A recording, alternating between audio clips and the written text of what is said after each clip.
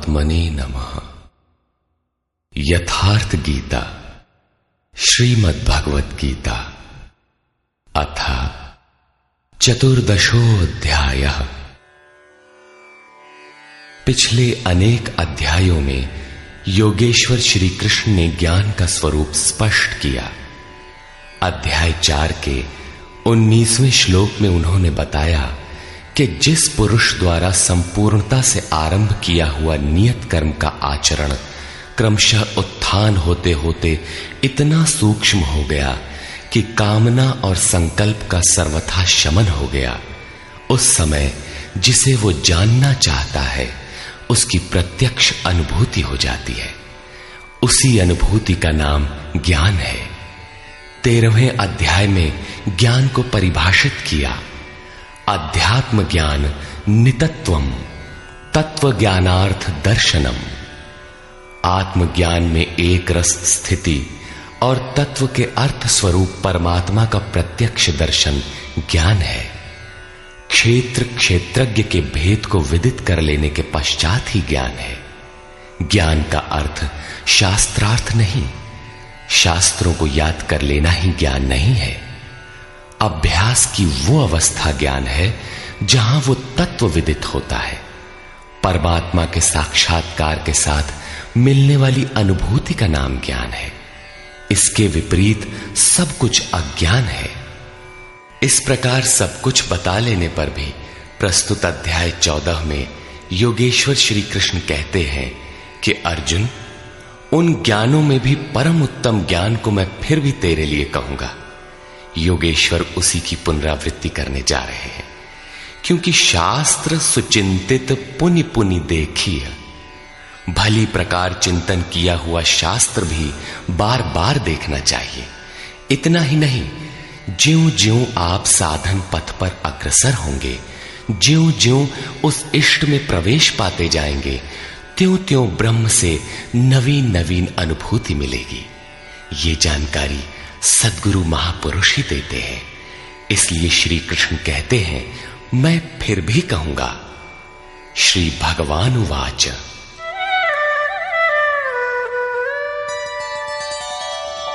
परं भूयः प्रवक्ष्यामि ज्ञानानां ज्ञानमुत्तमम् यज्ञात्वा मुनयः सर्वे परां सिद्धिमितो गताः।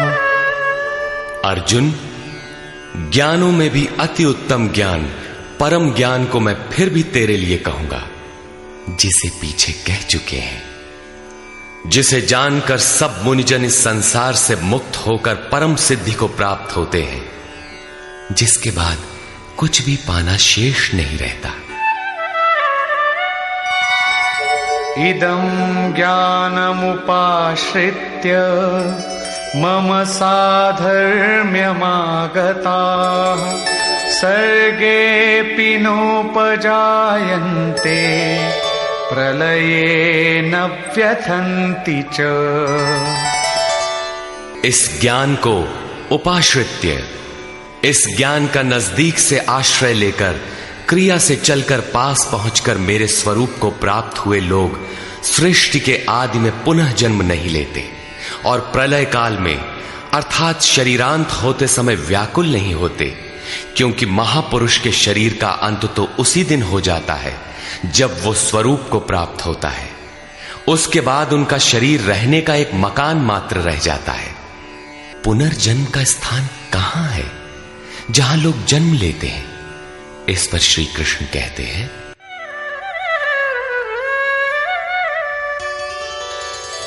मम योनिर्महद् ब्रह्म तस्मिन् गर्भं दधाम्यहम् संभवः सर्वभूतानां ततो भवति भारत।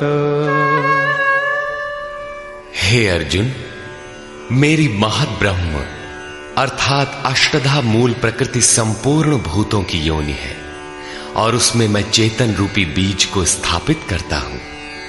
उस जड़ चेतन के संयोग से सभी भूतों की उत्पत्ति होती है। सर्वयोनिषु कौन्तेय मूर्तयः सम्भवन्ति याः तासां ब्रह्ममहद्योनिः अहं बीजप्रदः पिता। कौन्तेय, सब योनियों में जितने शरीर उत्पन्न होते हैं उन सब की योनि गर्भ धारण करने वाली माता 8 भेदों वाली मूल प्रकृति है और मैं ही बीज को स्थापन करने वाला पिता हूं। अन्य कोई न माता है न पिता।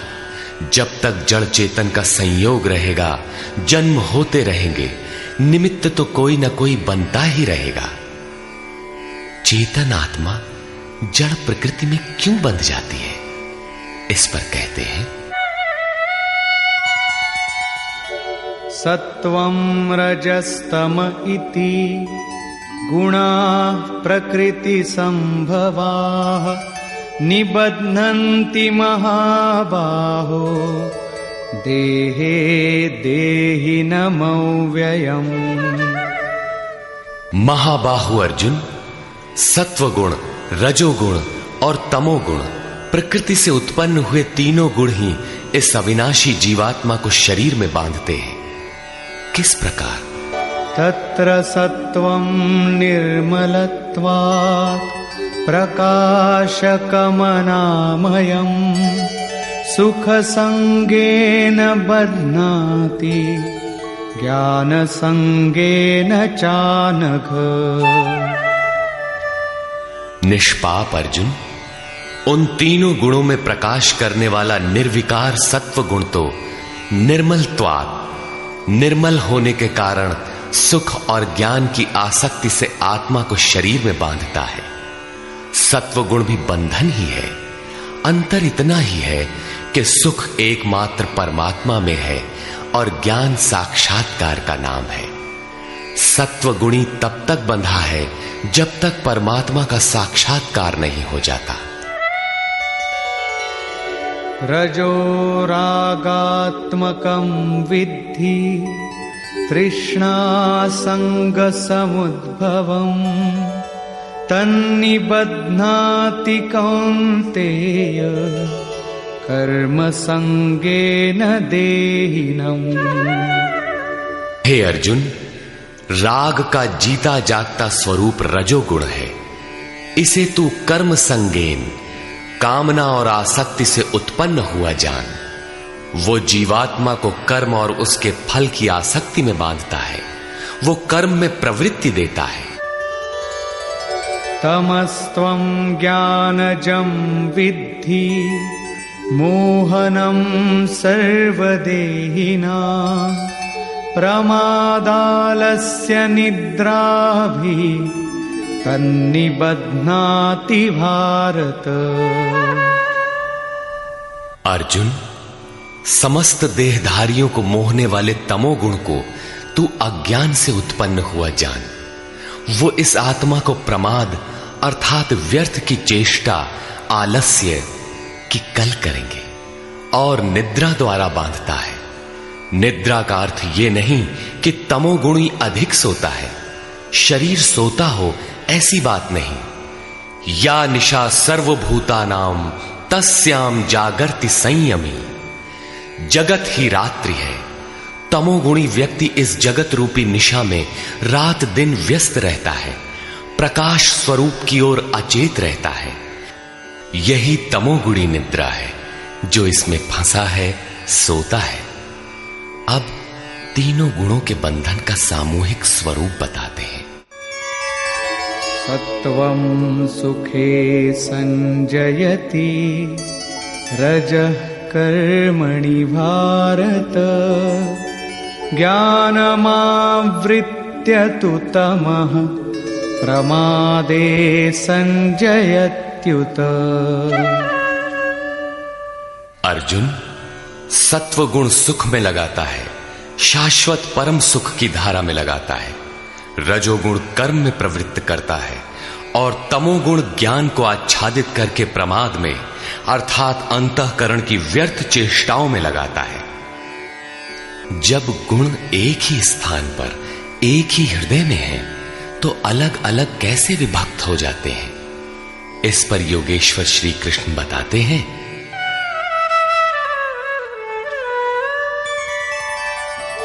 रजस्तमश्चाभिभूय सत्वं भवति भारत, रजः सत्वं तमश्चैव तमः सत्वं रजस्तथा। हे अर्जुन, रजोगुण और तमोगुण को दबाकर सत्व गुण बढ़ता है, वैसे ही सत्व गुण और तमोगुण को दबाकर रजोगुण बढ़ता है, तथा इसी प्रकार रजोगुण और सत्व गुण को दबाकर तमोगुण बढ़ता है। ये कैसे पहचाना जाए कि कब और कौन सा गुण कार्य कर रहा है? सर्वद्वारेषु देहेऽस्मिन् प्रकाश उपजायते, ज्ञानं यदा तदा विद्यात् विवृद्धं सत्वमित्युत। जिस काल में इस शरीर तथा अंतःकरण और संपूर्ण इंद्रियों में ईश्वरीय प्रकाश और बोध शक्ति उत्पन्न होती है, उस समय ऐसा जानना चाहिए कि सत्व गुण विशेष वृद्धि को प्राप्त हुआ है, तथा लोभ प्रवृत्तिरारंभः कर्मणामशमः स्पृहा, रजस्येतानि जायन्ते विवृद्धे भरतर्षभ। हे अर्जुन, रजोगुण की विशेष वृद्धि होने पर लोभ, कार्य में प्रवृत्त होने की चेष्टा, कर्मों का आरंभ, अशांति अर्थात मन की चंचलता, विषय भोगों की लालसा, ये सब उत्पन्न होते हैं। अब तमोगुण की वृद्धि में क्या होता है? अप्रकाशो प्रवृत्तिश्च प्रमादो मोह एव च, तमस्येतानि जायन्ते विवृद्धे कुरु नंदन। अर्जुन, तमोगुण के बढ़ने पर अप्रकाशः, प्रकाश परमात्मा का द्योतक है। ईश्वरीय प्रकाश की ओर न बढ़ने का स्वभाव, कार्यम कर्म, जो करने योग्य प्रक्रिया विशेष है, उसमें अप्रवृत्ति, अंतःकरण में व्यर्थ की चेष्टाओं का प्रवाह और संसार में मुग्ध करने वाली प्रवृत्तियां, ये सभी उत्पन्न होते हैं। इन गुणों की जानकारी से लाभ क्या है? यदा सत्वे प्रवृद्धे तु प्रलयं याति देहभृत्, तदोत्तमविदां लोकान् अमलान् प्रतिपद्यते। जब ये जीवात्मा सत्व गुण की वृद्धि काल में मृत्यु को प्राप्त होता है, शरीर त्याग करता है, तब उत्तम कर्म करने वालों के मल रहित दिव्य लोकों को प्राप्त होता है, तथा रजसि प्रलयं गत्वा कर्म संगिषु जायते, तथा प्रलीनस्तमसि मूढ़योनिषु जायते। रजोगुण की वृद्धि होने पर मृत्यु को प्राप्त होने वाला कर्मों की आसक्ति वाले मनुष्यों में जन्म लेता है, तथा तमोगुण की वृद्धि में मरा हुआ पुरुष मूढ़ योनियों में जन्म लेता है, जिसमें कीट पतंगादि पर्यंत योनियों का विस्तार है। अतः गुणों में भी मनुष्यों को सात्विक गुणों वाला होना चाहिए। प्रकृति का ये बैंक आपके अर्जित गुणों को मृत्यु के उपरांत भी उन्हें आपको सुरक्षित लौटाता है। अब देखें इसका परिणाम। कर्मणः सुकृतस्याहुः सात्विकं निर्मलं फलम्, रजसस्तु फलं दुःखम्, अज्ञानं तमसः फलम्। सात्विक कर्म का फल सात्विक, निर्मल सुख, ज्ञान और वैराग्यादि कहा गया है। राजस कर्म का फल दुख और तामस कर्म का फल अज्ञान है। तथा सत्वात् संजायते ज्ञानम् रजसो लोभ एव च प्रमादमोहौ तमसो भवतो ज्ञानमेव च। सत्व गुण से ज्ञान उत्पन्न होता है। ईश्वरीय अनुभूति का नाम ज्ञान है। ईश्वरीय अनुभूति का प्रवाह होता है। रजोगुण से निसंदेह लोभ उत्पन्न होता है तथा तमोगुण से प्रमाद, मोह, आलस्य अर्थात अज्ञान ही उत्पन्न होता है। ये उत्पन्न होकर कौन सी गति देते हैं? ऊर्ध्वं गच्छन्ति सत्त्वस्था मध्ये तिष्ठन्ति राजसाः जघन्यगुणवृत्तिस्था अधो गच्छन्ति तामसाः। सत्व गुण में स्थित हुआ पुरुष ऊर्ध्व मूलम, उस मूल परमात्मा की ओर प्रवाहित होता है, निर्मल लोकों में जाता है। रजोगुण में स्थित राजस पुरुष मध्यम श्रेणी के मनुष्य होते हैं, जिनके पास न सात्विकम विवेक वैराग्य ही होता है और न अधम कीट पतंग योनियों में जाते हैं, बल्कि पुनर्जन्म को प्राप्त होते हैं। और निंदित तमोगुण में प्रवृत्त हुए तामसी पुरुष अधोगति अर्थात पशु पक्षी कीट पतंगादि अधम योनियों को प्राप्त होते हैं।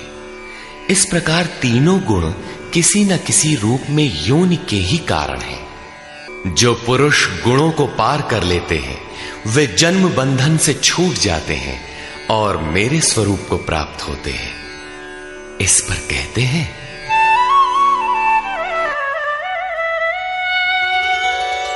नान्यं गुणेभ्यः कर्तारं यदा द्रष्टानुपश्यति गुणेभ्यश्च परं वेत्ति मद्भावं सोऽधिगच्छति। जिस काल में दृष्टा आत्मा तीनों गुणों के अतिरिक्त अन्य किसी को करता नहीं देखता और तीनों गुणों से अत्यंत परे परम तत्व को वेत्ति विदित कर लेता है, उस समय वो पुरुष मेरे स्वरूप को प्राप्त होता है। ये बौद्धिक मान्यता नहीं है कि गुण गुणों में बरतते हैं। साधन करते करते एक ऐसी अवस्था आती है जहां उस परम से अनुभूति होती है कि गुणों के सिवाय कोई करता नहीं दिखता। उस समय पुरुष तीनों गुणों से अतीत हो जाता है। ये कल्पित मान्यता नहीं है तथा इसी पर आगे कहते हैं गुणानेतानतीत्यत्रीन् देही देह समुद्भवान् जन्म मृत्यु जरा दुःखैर् विमुक्तो मृतमश्नुते। पुरुष इन स्थूल शरीरों की उत्पत्ति के कारण रूप तीनों गुणों से अतीत होकर जन्म मृत्यु वृद्धावस्था और सब प्रकार के दुखों से विशेष रूप से मुक्त होकर अमृत तत्व का पान करता है। इस प्रकार अर्जुन ने प्रश्न किया। अर्जुन उवाच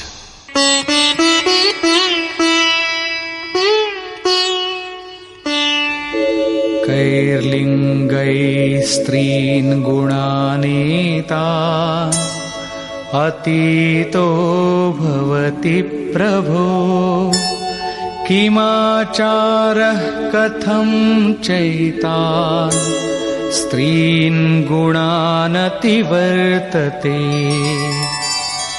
प्रभु, इन तीनों गुणों से अतीत हुआ पुरुष किन किन लक्षणों से युक्त होता है और किस प्रकार के आचरणों वाला होता है तथा मनुष्य किस उपाय से इन तीनों गुणों से अतीत होता है। श्री भगवान उवाच प्रकाशञ्च प्रवृत्तिञ्च मोहमेव च पाण्डव न द्वेष्टि सम्प्रवृत्तानि न निवृत्तानि काङ्क्षति। अर्जुन के उपर्युक्त तीनों प्रश्नों का उत्तर देते हुए योगेश्वर श्री कृष्ण ने कहा, अर्जुन, जो पुरुष सत्व गुण के कार्य रूप ईश्वरीय प्रकाश, रजोगुण के कार्य रूप प्रवृत्ति और तमोगुण के कार्य रूप मोह को न तो प्रवृत्त होने पर बुरा समझता है और न निवृत्त होने पर उनकी आकांक्षा ही करता है, तथा उदासीनवदासीनो गुणैर्यो न विचाल्यते गुणावर्तन्त इत्येव योऽवतिष्ठति नेङ्गते। जो इस प्रकार उदासीन के सदृश स्थित हुआ गुणों द्वारा विचलित नहीं किया जा सकता, गुण गुण में ही बरतते हैं, ऐसा यथार्थतः जानकर उस स्थिति से चलायमान नहीं होता, तभी वो गुणों से अतीत होता है। समदुःख सुख स्वस्थः समलोष्टाश्मकाञ्चनः तुल्यप्रिया प्रियो धीरस् तुल्यनिन्दात्मसंस्तुतिः।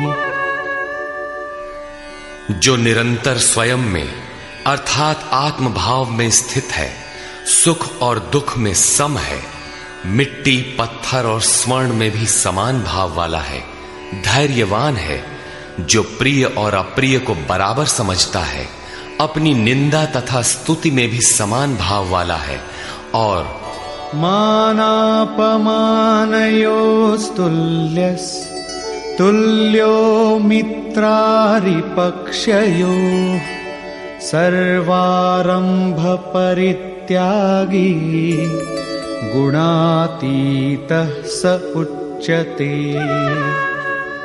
जो मान और अपमान में सम है, मित्र और शत्रु पक्ष में भी सम है, वो संपूर्ण आरंभों से रहित हुआ पुरुष गुणातीत कहा जाता है। श्लोक 22 से 25 तक गुणों से अतीत पुरुष के लक्षण और आचरण बताए गए कि वो चलायमान नहीं होता, गुणों के द्वारा विचलित नहीं किया जा सकता, स्थिर रहता है। अब प्रस्तुत है गुणों से अतीत होने की विधि।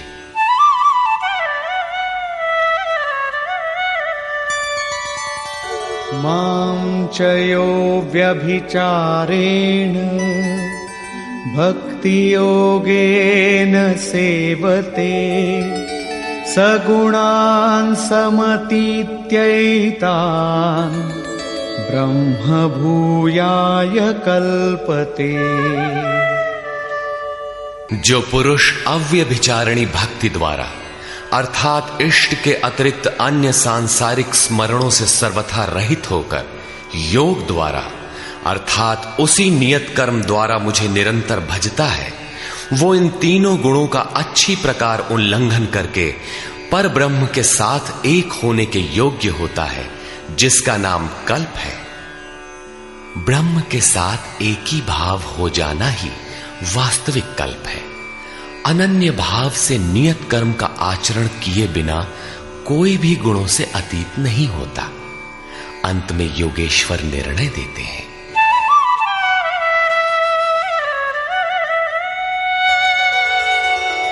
ब्रह्मणो हि प्रतिष्ठाहम् अमृतस्याव्ययस्य च शाश्वतस्य च धर्मस्य सुखस्यैकान्तिकस्य च।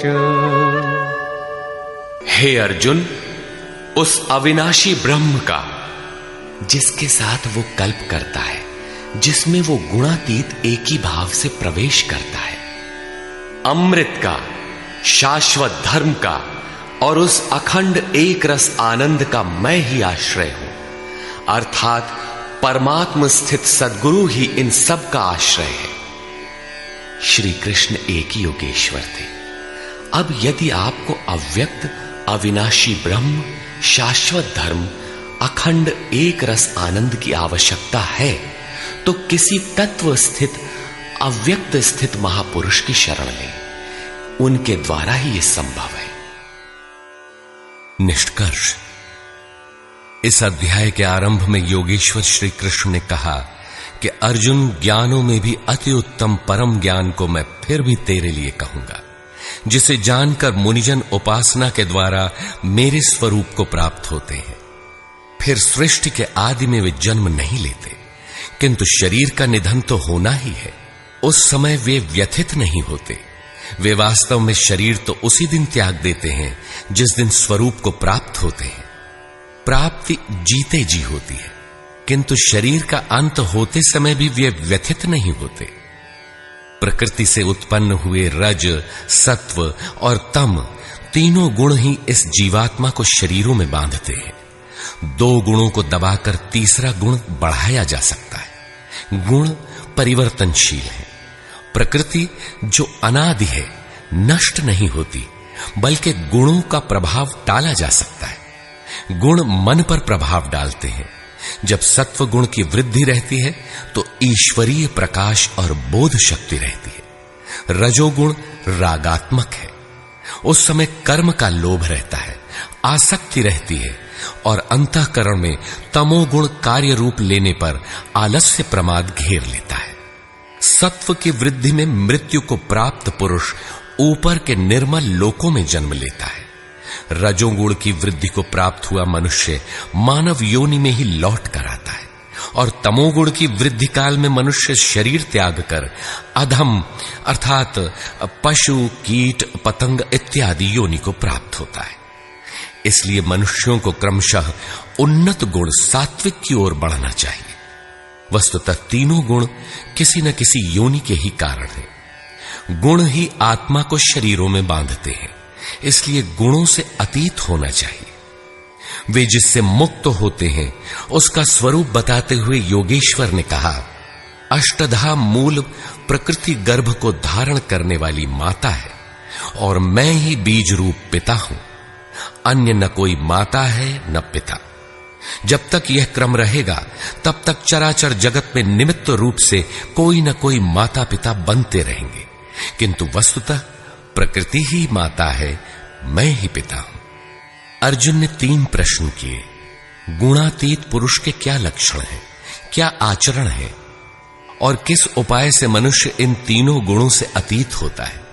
इस पर योगेश्वर श्री कृष्ण ने गुणातीत पुरुष के लक्षण और आचरण बताए, और अंत में गुणातीत होने का उपाय बताया कि जो पुरुष अव्यभिचारिणी भक्ति और योग के द्वारा निरंतर मुझे भजता है वह तीनों गुणों से अतीत हो जाता है। अन्य किसी का चिंतन न करते हुए निरंतर इष्ट का चिंतन करना अव्यभिचारिणी भक्ति है। जो संसार के संयोग वियोग से सर्वथा रहित है उसी का नाम योग है।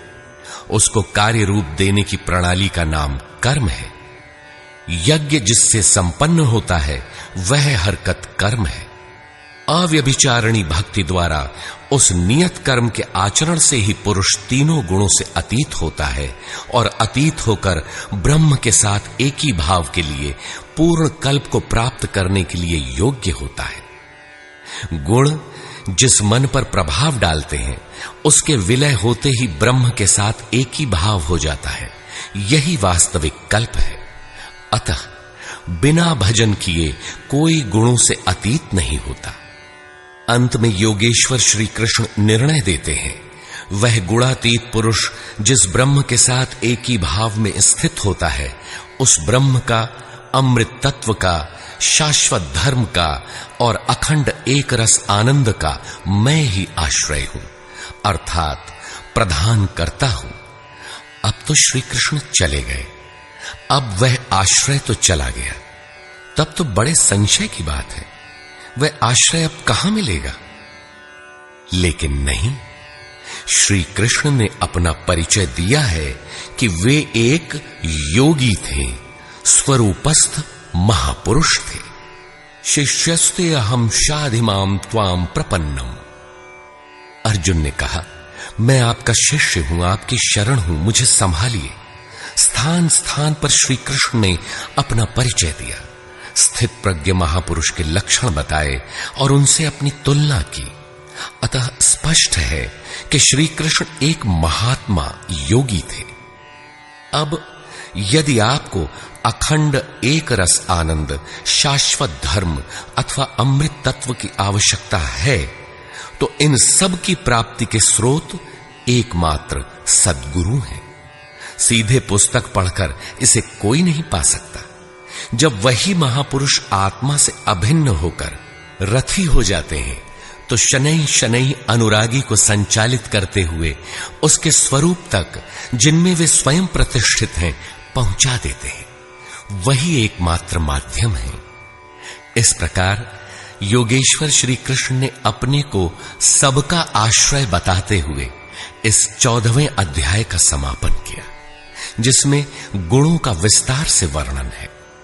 अतः ओम तत्सदिति श्रीमद् भगवद गीता सूपनिषत्सु ब्रह्म विद्यायाम योग शास्त्रे श्री कृष्ण अर्जुन संवादे गुणत्रय विभाग योगो नाम चतुर्दशोऽध्यायः।